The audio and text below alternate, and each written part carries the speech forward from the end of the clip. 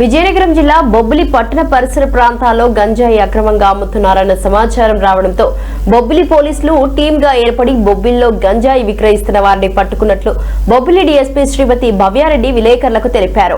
ఈ సందర్భంగా బొబ్బిలి పట్టణ పోలీస్ స్టేషన్ లో ఆమె మాట్లాడుతూ బొబ్బిలి పట్టణ పరిసర ప్రాంతాల్లో గంజాయి విక్రయం జరుగుతున్నట్లు సమాచారం అందడంతో సిఐకే నారాయణరావు తన సిబ్బందితో దాడి చేసి సుమారు 11 మంది వ్యక్తులను గుర్తించారు.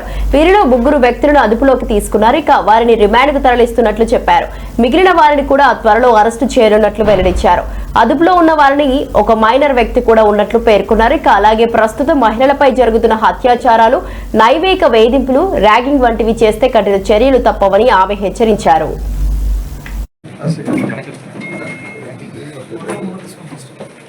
మనం పట్టుకోవడం జరిగింది.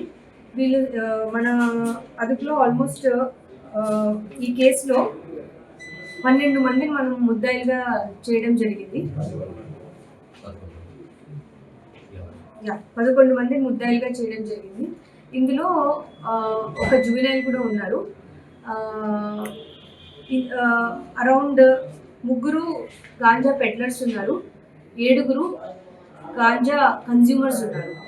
సో ఇప్పుడు మెయిన్గా వీళ్ళు గాంజా పెడ్లర్స్ అంటే వీళ్ళు రాయగఢ్ అలాంటి ప్రదేశాలకు వెళ్ళి వాళ్ళు అన్నోన్ వ్యక్తులకి వాళ్ళకి ఈజీగా అక్కడ దొరుకుతుంది అని చెప్పి అక్కడికి వెళ్ళేసి మెయిన్గా మనకి గణేష్ అనే అతను ఈయన మనకి సీతానగరం మండలం సంబంధించిన గణేష్ అనే అతను మెయిన్ సోర్స్గా తయారయ్యాడు బొబ్బిలి చుట్టుపక్కల వాళ్ళకి. అలాగే మనకి అఖిల్ చోడుపల్లి అఖిల్, ఈయనది బొబ్బిలి మండలము. అలాగే లంకా చందు, ఈయనది కూడా మనకి గొల్లపల్లి విలేజ్ బొబ్బిలి మండలం. వీళ్ళు మెయిన్గా మనకి సోర్స్ అంటే వీళ్ళందరూ ఈ రాయగఢ లాంటి ప్లేస్లోకి వెళ్ళి ఈ గాంజా అనేది తీసుకొని వస్తారు. నిన్న మనకి 4 కేజీల 774 గ్రాముల గాంజా దొరికింది. అలాగే వీళ్ళ దగ్గర నుంచి మనం 8 మొబైల్ ఫోన్స్ అండ్ ఒక మోటార్ వెహికల్ కూడా మనం సీజ్ చేయడం జరిగింది. సో ఈ మిగిలిన వాళ్ళకి మనం కన్జ్యూమర్స్ లాగా మనం ఈ యాక్ట్లో ఈ కేసులో పెట్టడం జరిగింది.